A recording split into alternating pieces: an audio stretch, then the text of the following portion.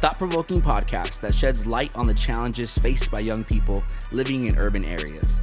We highlight the resilience and creativity of young leaders who are finding innovative ways to overcome the challenges our young people are facing, inspiring listeners to take action to support them.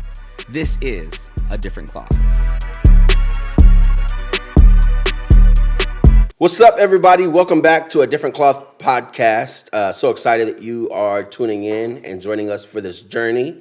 It's myself, Jose. Got my guy, Angel, here with me. I'm super excited about today. And here's how I want to kind of introduce our topic today. Maybe you're listening and you work with students. I just want to ask you a question. Have you ever had that student in your ministry that you knew every time they came in, it was going to be a headache, a problem, something was going to go wrong, or they were just going to do everything they could to disobey, to not listen, to rebel, to go against whatever program you had running? Have you ever had that student? Today, we're talking about that student and really how to reach that student effectively. I always say, Angel, as we jump into this, is like, I was probably that student on steroids in my youth group. When I got saved, like literally, bro,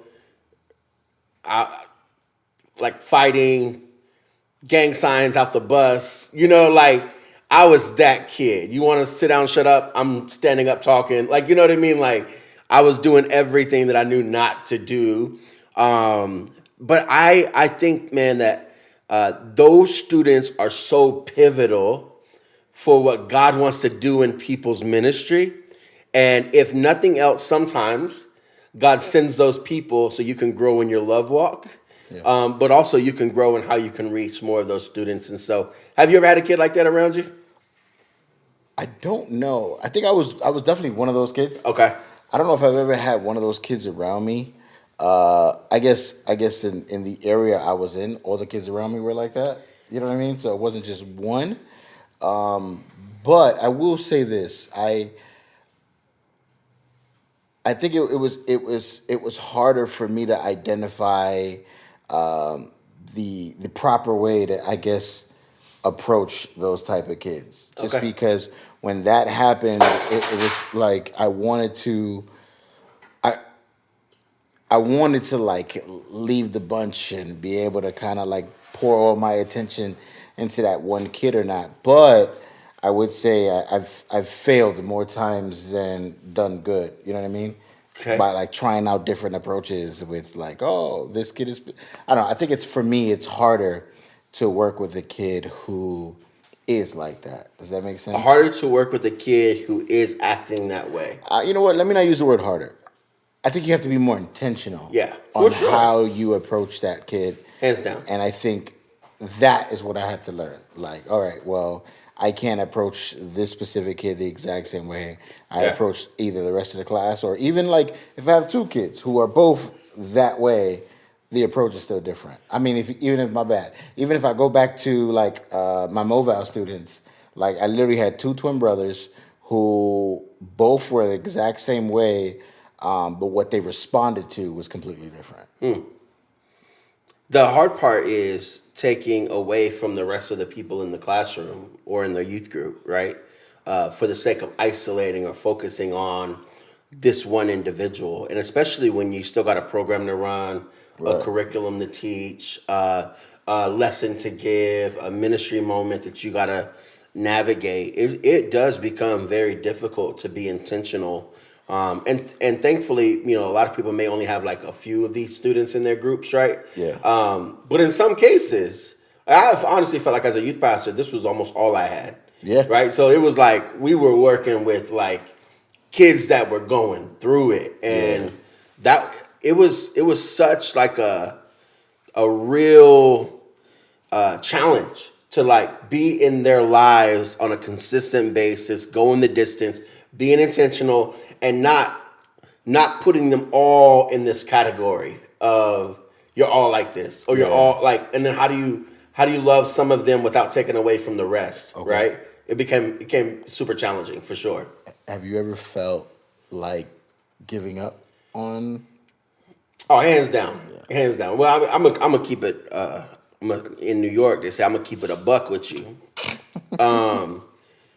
I've never said that, by the way. I've heard like multiple New York people be like, "Can I keep it a buck?" I've probably said it. Can I keep it a buck? Like, so I not even just like I'm ready to give up, but like, yo, I'm ready to throw hands with you, like type thing. Like, you know what I mean? Like, cause some students will push those buttons, and I ain't been saved all my life. You know what I mean? Like, I come from somewhere, and so like. Yeah, I've absolutely been at those places where I'm like, yo, just square up. Like, you know, like, but thankfully, never caught a case trying to beat up a kid, you know, and anything like that. So that's a blessing. You know what's crazy? I feel like I've never experienced that. Really? I've never experienced that. Not because I didn't have like rough kids or tough kids or kids with like insane like stories or something like that. I just feel like my approach to them, I don't know. I mean, I don't think I have the answers to it. I just feel like I've never experienced like a lot of young people disrespecting me. Maybe it's because of the way I look. They probably fear me a little bit. I don't know. Well, I want to talk about that. Yeah. Because my experience with you, I can see why nobody would disrespect you. And I don't think it's because people are afraid of you. It's hard to push back against somebody as loving as you. Okay. Right? That's very difficult. But now here's the whole conversation today is about blending. Right. There are two different approaches that I think I see people take with these type of students. Mine is a little bit more authoritative. Yeah. Right? And with authority, you are going to receive some of those that want to see how much, like, are you capping? Are you really about that life? Are you really going to hold me to the fire? Are you really like, and so you will get some of those that'll automatically do that. On the other side, one of the dangers of being like yourself is you're so loving, they won't flat out rebel, but sometimes it's hard to get them to come to the place you're trying to get them to come. Yeah. Right? Because you just want to meet them where they are. You want to love them where they are, right? And which is obviously a part of what God wants us to do. Right. Right? But ultimately, we want to see them go to a place. And so I think there's two different dynamics in how you approach these students. Yeah. And I think the perfect dynamic is a blend between the two of those. You know, it's funny. I'm not trying to fast forward, but I guess our styles are very different. Way different. And I feel like Corona has like definitely shown that for sure. But the interesting fact is, I kicked out a kid before you, and you gave him so many chances. That's hilarious. And so I do find that hilarious right now because I think I would give way more chances. But I sent that kid out fast. You know, because here's the thing, right? I feel like if you establish the authority in the beginning, you know, you can be as lenient as you choose to be, right? But it's my choice ultimately to be like, okay, I'm going to let you slide on this one. You know, I'm going to let you slide on this one until I'm ready to pull the trigger. Right. The downfall that you had was it wasn't like your fault, it was my fault, is you came into a place where I was already like this, and then you're not me, right? So here's what's going to happen 10 times out of 10. They're going to try to challenge you because you're not me. Oh, he challenged me. Yeah, and you're not like authoritative like that, right? And so then it makes sense why you would have to kick somebody out. Even though I know genuinely if you was at your school, you wouldn't have kicked nobody out. Like, because they wouldn't have gone there because they got to know you, your personality, your approach. I would say if I was to come into your classroom by myself without them knowing me, I may have to kick a kid out too. Just to show them that I'm not playing, hey, I know I'm not Angel, but because they're so used to your personality, right? Like anytime that somebody new comes in, people are going to press it. They're going to challenge that. Yeah. You know what's interesting, right? Because not that I'm going against that a bit, good. but if I encountered, let's say, for example, I had my kids, and let's say it's week 6, and you come in and you sub for me for a week, I feel confident enough in my interactions with them that if I say Jose is good, that they'll treat you the exact same way they treat me. You know what I mean? And I think that's the way I've approached young people in the sense of like it doesn't have to be different with you.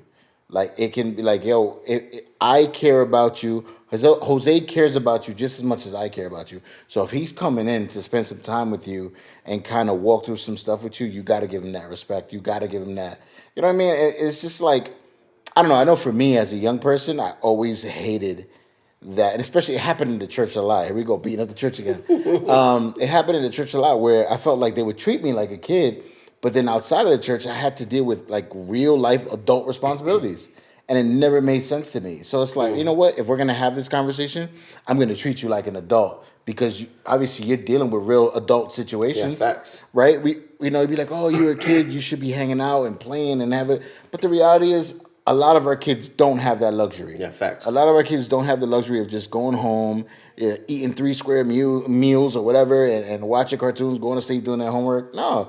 I mean, I was paying rent by the age of 13 years old. So it's like the expectation of someone who's even remotely in that area of how growing up that way, I'm like, you know what? I'd rather give it to you now and have an honest conversation. In my class, they had their phones in their hands. I'm like, you know what? I'm not going to tell you. You're going to pull it out anyway. How about this?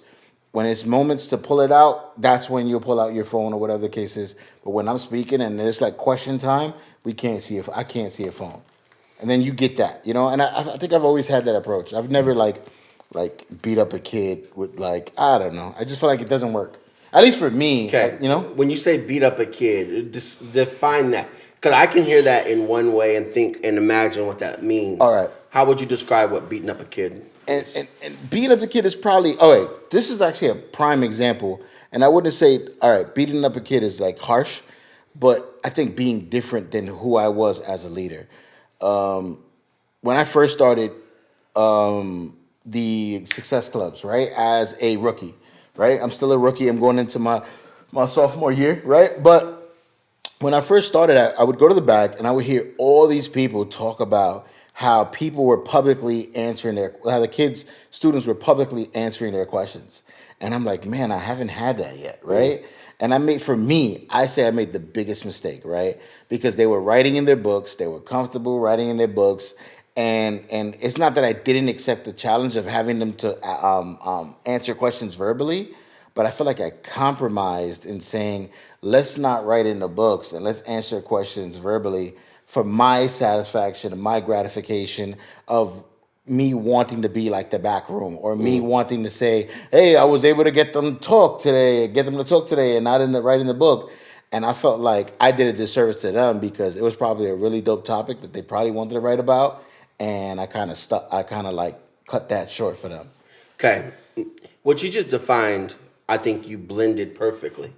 Because I remember we had the conversation when you did that. And you backtracked after that, right? Messed me up. Right, but you backtracked after that, right? Yeah, I did. And you was like, look, if we want to lean in, because the student said something to you, right? Yeah.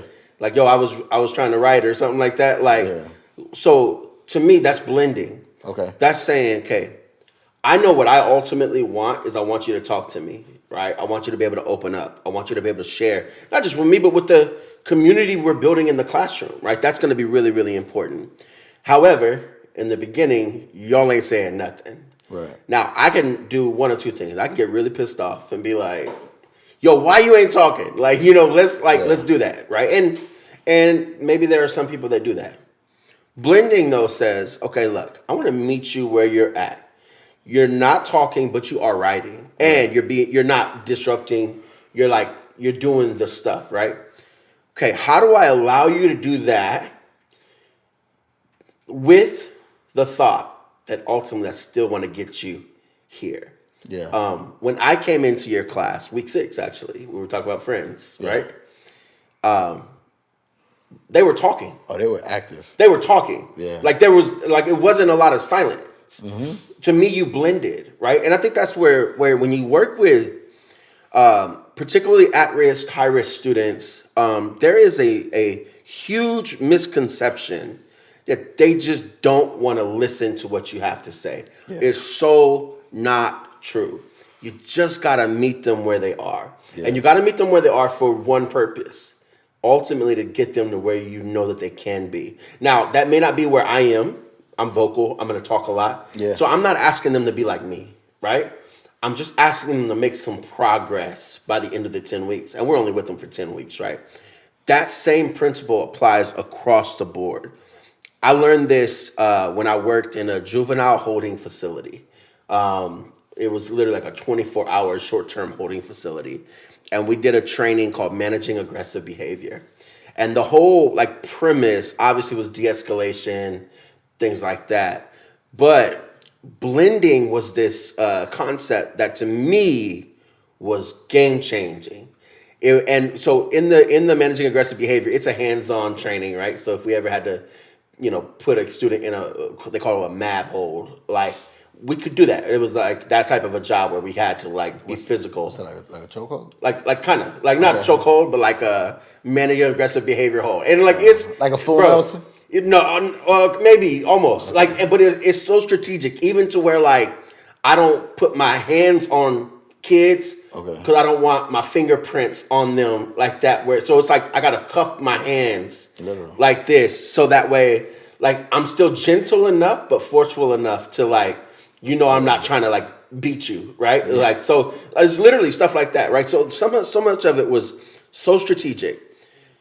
The blending part, though, here's what they said. They said, look, if a student's coming full force at you and you're going full force at a student, that's going to end in chaos. There's no way that like ends well. Even if you're not running, even if it's like we're just pushing against each other, that's not going to end well. Yeah. So they say what you do in order to gain the advantage or the leverage on the student is you give a little leeway.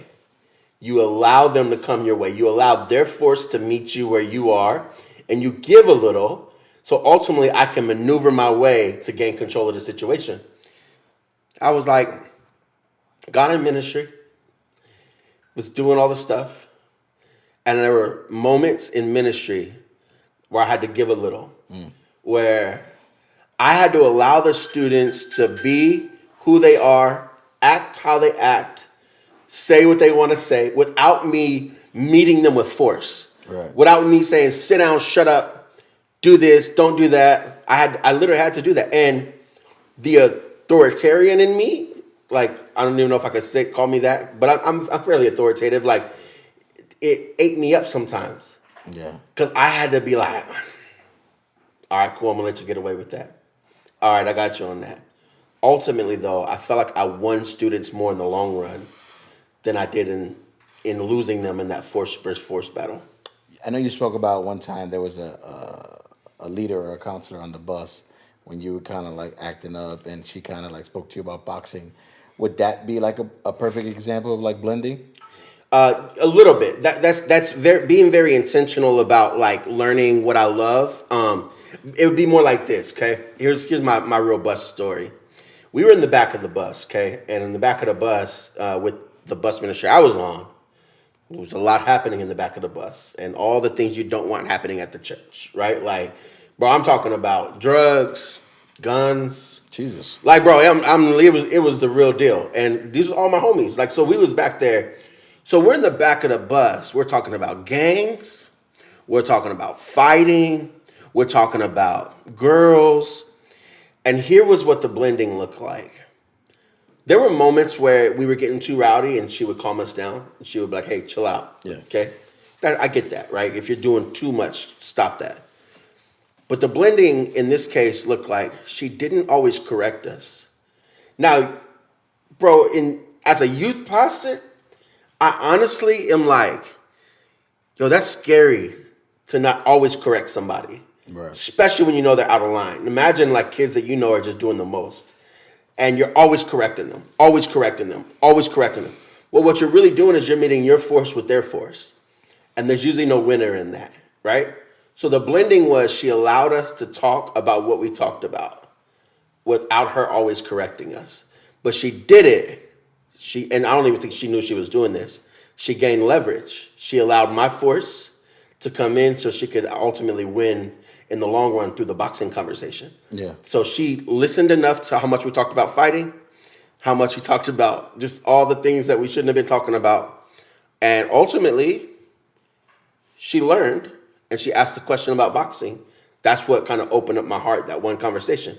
But the blending came in, bro, if I was on a bus today and I had because I know this, I wouldn't do it like that. But if most youth workers were on a bus today and they had a group of kids like us in the very back of the bus talking about only God knows what, they would have shut it down from the beginning. Yeah. Hey, sit down, shut up. Like, you know, honestly, like very, like kind of take control of the situation like that, because I don't want it to get any more crazy than what it already is. Yeah.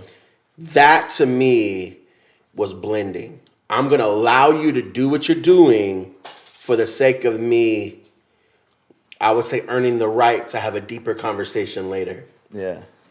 I mean, I guess going personal, right? And taking it away from everyone else and coming here. I wonder if it's like also like the different approaches too. So for example, you're more authoritative, right? Yep. But when you were in the back of the bus, you were talking about like the wildest stuff, right? Yep. For me, I'm less authoritative, right?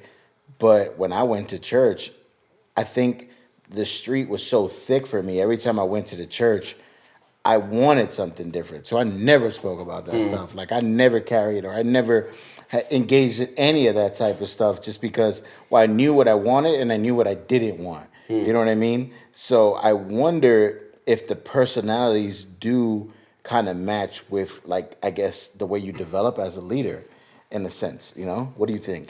Well, I think, number one, I think your personalities do ultimately speak into your leadership development and your upbringing. I think in my context, church was, I didn't know anything about church. I didn't know rules. I didn't grow up around any of that. So I was just doing what I knew how to do. Right.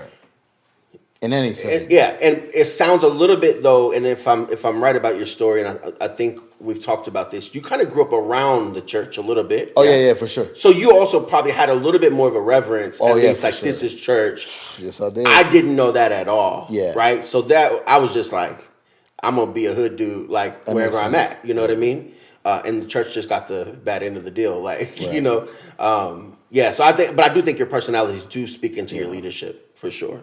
Because that's exactly what I'm trying to say in the sense of like, because you didn't grow up like in that context, right?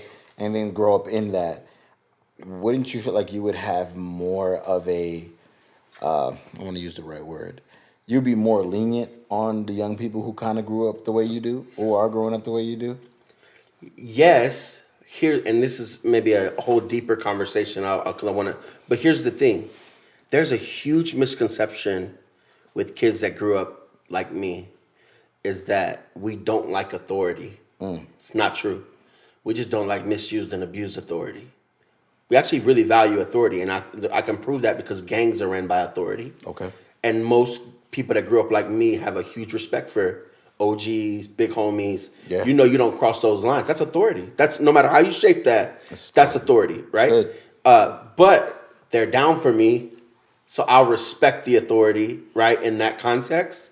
So I think that's the biggest thing. Or like a kid like me is like, yeah, lenient to an extent, but they still value authority and need authority in their life, which I think every student needs an authority figure in their life, like everyone. And I don't mean just an older person or somebody that's just, because here's the thing, you can be too passive, and these students won't grow. I can just love you right where you are and never hold you to a high standard, never be authoritative at all. Yeah. You know, and to me that's not blending. That's me. I'm just meeting you, right? I'm a friend at that point. Okay. I'm a homie. Like, let's kick it, right? Like, I think an authority figure, a leader in the life of a person means, okay, at some point, it may not be in the beginning because of blending, but at some point I'm gonna call you out on your junk. Right. Right? Let me ask you this. Do you think you got to a place with your students this last Success Club where you could call them out on their BS? Oh, for sure. To me, you blended then. First day you wasn't doing that though, was you? Oh. Maybe not first few weeks. No. Well, week 3. Week 3 was Okay. my which is, I guess, is designed that way. Yeah, right? it is actually. So it's good. We planned that. Yeah, week 3. Well, the thing was, I knew I had to push a bit more because I think I learned with my kids, they were happy with the little bit I was giving them. Yep. And they were like, okay, we'll sit right here this whole 10 weeks. And I'm like, well, you're not going to get nothing if we sit here. So I had to kind of push and like, now, like, let's force the issue or let's talk through it.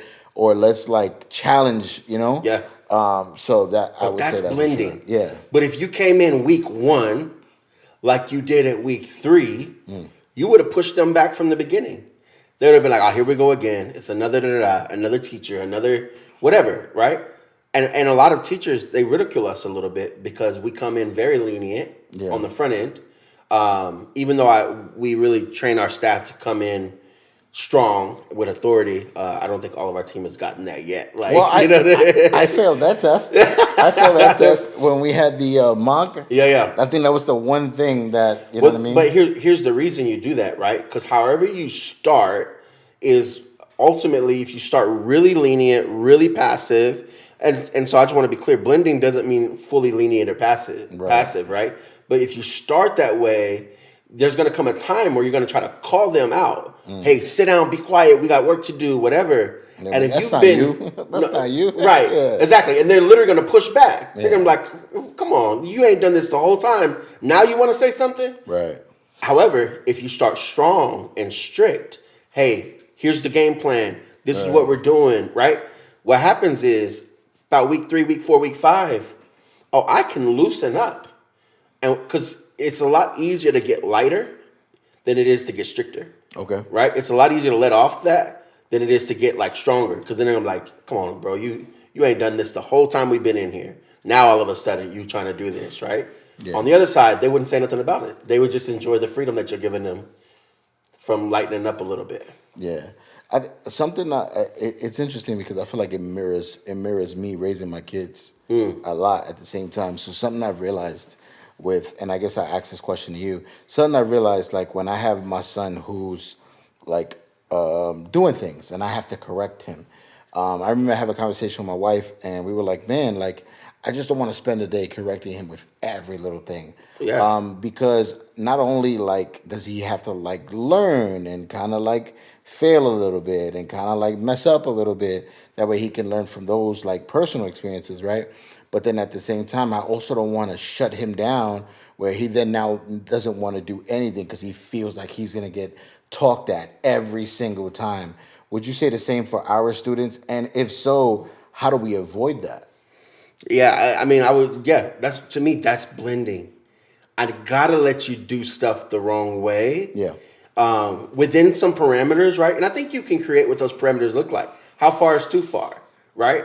So that way you're not redirecting or correcting them all day long. Because then it instills in somebody that, man, I didn't make a mistake. Maybe I am the mistake. Yeah. If you're correcting somebody all the time, which, bro, how many of the students at March probably felt like a mistake? Not that they lived a life of mistakes or they were doing the wrong thing, which most of them probably felt like they were doing the right thing in the sense of like, I'm living how I gotta live, because whatever, right? Yeah. But so many people have probably come at them, been like, hey, you're doing X, Y, and Z. You haven't done this. You're not doing this. Your grades aren't this, whatever. And they're spending all day long correcting them, where ultimately it's like, man, I'm not making mistakes. I am the mistake. Yeah. Bro, that's detrimental. I would say the same thing to a kid. The more you're constantly redirecting, I just want to be really clear. I'm not saying don't correct, okay? Like, because there is absolutely room I'm not a parent, but as a parent to correct your child, right? For sure. Especially your child, because you have the relationship with them. To me, blending works really well when you have that relationship. Okay. So, for instance, let me take it to the classroom or youth group setting. Let's talk pronouns for a second, okay? This was very challenging for us as a faith-based organization. Last year, we were on a campus, and I would hear some of our team come back all the time, and they would talk about, they would have young boys or young girls who were identifying as something else, right? Okay. And so then their name would be different, whatever. Most of our team didn't have any problem with that, right? They were just, hey, they would call them what they wanted to be called. And I think we was like, okay, that's cool. Like, and it wasn't until it kind of came into like our lap, it fell into our lap, that we realized why it was so important to call a student what they wanted to be called and to honor a pronoun. And I could literally be ridiculed by church people for this. But I will stand on this for one reason. We at Rescue Generation, we actually honor pronouns, and we call students what they choose to be called. It's actually a policy that we created because we want to train our team how to do that. Now, I know what I believe doctrinally, theologically. I know what I believe, how God created men and women. So I know that, right? But we had a student come into our classroom who was a young lady, wanted to be called a young man, and different name. And on multiple occasions in the first setting, we actually ended up calling her a her because that's what we knew. Mm-hmm. And at the very end, I remember she came up to my wife and very sweet about it. Like it wasn't we didn't do anything intentionally wrong. And she just said, it was something like, "Hey, I just want you to know I prefer to go by da da da." And we had a choice to make. We could meet force with force and say, "Nope, I'm going to call you who God created you to be." Right. Or we could blend. We could give a little on that side so that, and here's what I want people to understand, so that we could earn the right to have a deeper conversation later on. If we met force with force in that moment, we would have lost the student. Yeah. Ultimately, I think they ended up not coming to the club anymore for other reasons. It had nothing to do with that. But we wanted to earn the right to have a deeper conversation with this student. Not necessarily about gender, it's just about life, right? We would have lost that right if we met force with force. Right. That doesn't just apply in this context. You can take that across the board. Rebellious students, bad behavior students, isolated, don't want to participate students. If you meet force with force, you'll lose the student. If you blend, you'll earn the right to have deeper conversations later on. That's good. Yeah. That makes sense? Yeah, it makes perfect sense. That makes sense in the even the parenting context. Yeah. Because even how it translates here is obviously a little different because these are not our kids. Of course. Right. And so how they're brought up, what they're taught at home, we have no say-so over. Yeah. Yeah. You mentioned something earlier, and I kind of want to go back to just because I kind of want to give it a little bit of time. You mentioned how you can kind of be authoritative in a bad way, and how you can kind of mismanage that or abuse that. What does that look like?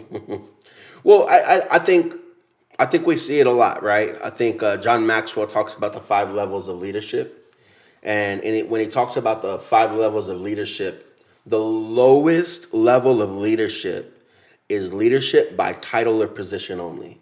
And here's what that looks like. I'm the teacher, you're the student, sit down and shut up. Because I'm the teacher, that's my position. Right. That's my title. You automatic. So you can because I'm the parent, sit down and shut up.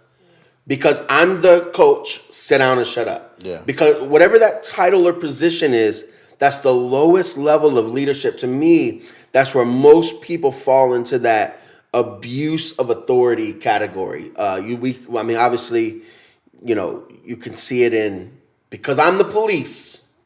Da-da-da-da. Right. Because I'm wherever route you want to take that, it goes, right? Now, there's a way that I can still have a title, I can still have a position, and I can still be authoritative, right?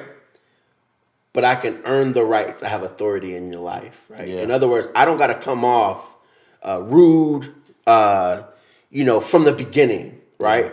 I can be loving, I can connect with you, you can tell I want to know your name, a little bit about you. That goes a long way. Yeah. And even how I approach you says a lot about that authority piece. So I just genuinely think if you're only leading because I'm the youth pastor, because I'm the da-da-da, I'm the preacher, I'm whatever, I think that's the lowest level of authority you have. Yeah. At the same time, that highest level of authority is when students invite you to a place.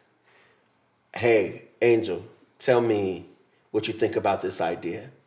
Tell me what you think about, I'm about to date this girl. What do you think about that? That's inviting you in to have a place of authority. That's a high level of authority. That means you earn the right to speak into that. And so I just think being very, very cautious about assuming that I have the right. Yeah. I'm going to jump on a quick soapbox real quick.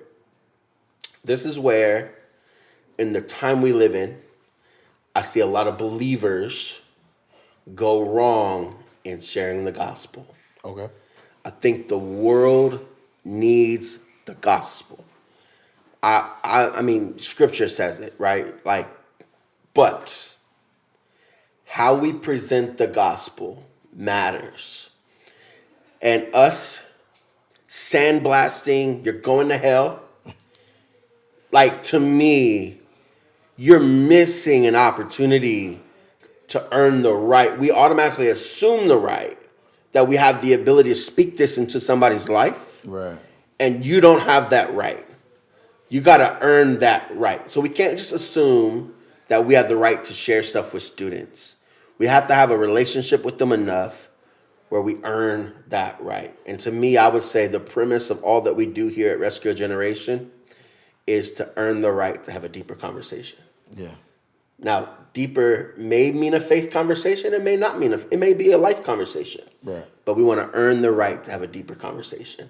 To me, I just think the church, Big C church, man, could benefit if we all adopted and adapted that mindset. I want to earn the right to have a deeper conversation with you. What if I say, man, Jose, I want to earn the right to have that conversation. I want to earn the right to be able to speak into things, but I also don't want to compromise. What would you tell me then? Well, yeah, I genuinely think there are boundaries, right? So, for instance, if I heard it put like this: if you were walking, Angel, and you had headphones on, and you were walking on a train track, and there was a train that was coming full speed ahead, and you didn't see it or hear it, I'm not gonna whisper to you, Angel, watch out. Angel, look out. No, I'm gonna scream. I'm gonna try to get your attention. Yeah. There are moments where that is necessary, right? Every moment isn't that moment, though. And I think that's the problem. We try to treat every moment like it's that moment. And it's not. There are moments that I'm going to do way better earning the right to have a deeper conversation than forcing you to have the conversation right now. And I don't think I'm not being true to my convictions or what I believe. I just think I value the person enough to say, hey, let's drag this out a little bit, without compromising my standards. Right. Like, I know what I believe. Nobody can change my mind about what I believe about the Bible, Right. God, how he created people. Nobody's going to change my mind about that. Right. Me having a conversation or creating a policy around that I don't feel like we're compromising our standards. We're just trying to meet students where they are so we can lead them to where we feel like God wants them to be. Yeah. That part is really important. How important is it I remember so after that situation happened at Mobile with the writing instead of like talking instead of the writing, I had a real conversation with one of my students, and he was like, "Oh, do you feel like we're not like doing enough for you?" And he really questioned me, and he was like, like, I've been writing in my book, like I've never written before, like, is this not enough for you? Like, is this not like, and talking about it in week 3, I'm like, you know what? For week 3, it's probably right where it's supposed to be, essentially. Yeah. I found myself apologizing to him. How important is it for us as leaders to, yes, be authoritative and speak into things, but also be vulnerable enough to apologize to our students and saying, like, you know what? Yeah, my bad. I got that one wrong, but this is where we want to go. I mean, it's everything, especially in the blending conversation, for one reason. If I am never opening up myself and showing you my weaknesses or where I get it wrong at, I'm creating a picture of something that you feel like you'll never reach. So I don't even want to try to reach there because that's perfection. I can't get there, right? A lot of leaders have created this facade that they're untouchable, that they can't do, And so when you get a lot of people from even my background, it's very similar backgrounds, right? But like we come in and we're looking at this and we're like, I can't be that. Yeah. There's no way I can, because they haven't been vulnerable enough to apologize, Right. vulnerable enough to say, hey, look, I'm still in a process. I'm still trying to figure some things out. To me, that's extremely important because you're letting people in to see your journey, and that gives you even more leverage to be able to hold them to a standard. You don't have to be perfect to hold people to a standard. Yeah. They just got to see you're not being hypocritical about the standard. So I think it's irresponsible to ask a student to do something I'm not willing to do. So I would tell anybody, you want a student to open up to you, well, who are you opening up to? Yeah. Right? And if I'm not, then I got to be open and apologize about that or find the help to be able to lean into that, because they just don't want us to be hypocritical, even though the whole world is hypocritical. But they don't want leaders in their life who are trying to earn that right to be hypocritical. And so, I think that's huge. You letting people into that, be like, hey, I got it wrong. I'm sorry. You're actually doing a great job. Man, that allows them to kind of be like, okay, cool. I'm making some progress. Now we can keep growing. Now here's what I would say though. I think the standard has to continue to grow too, right?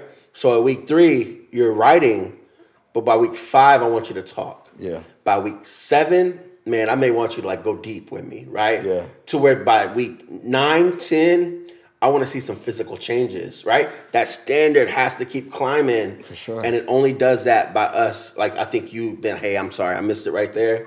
I'll slow down a little bit for you so we can make some progress on that. That's good. I guess closing up now, do you have any final thoughts on the blending? One thing that you can kind of, for sure, let them take away with.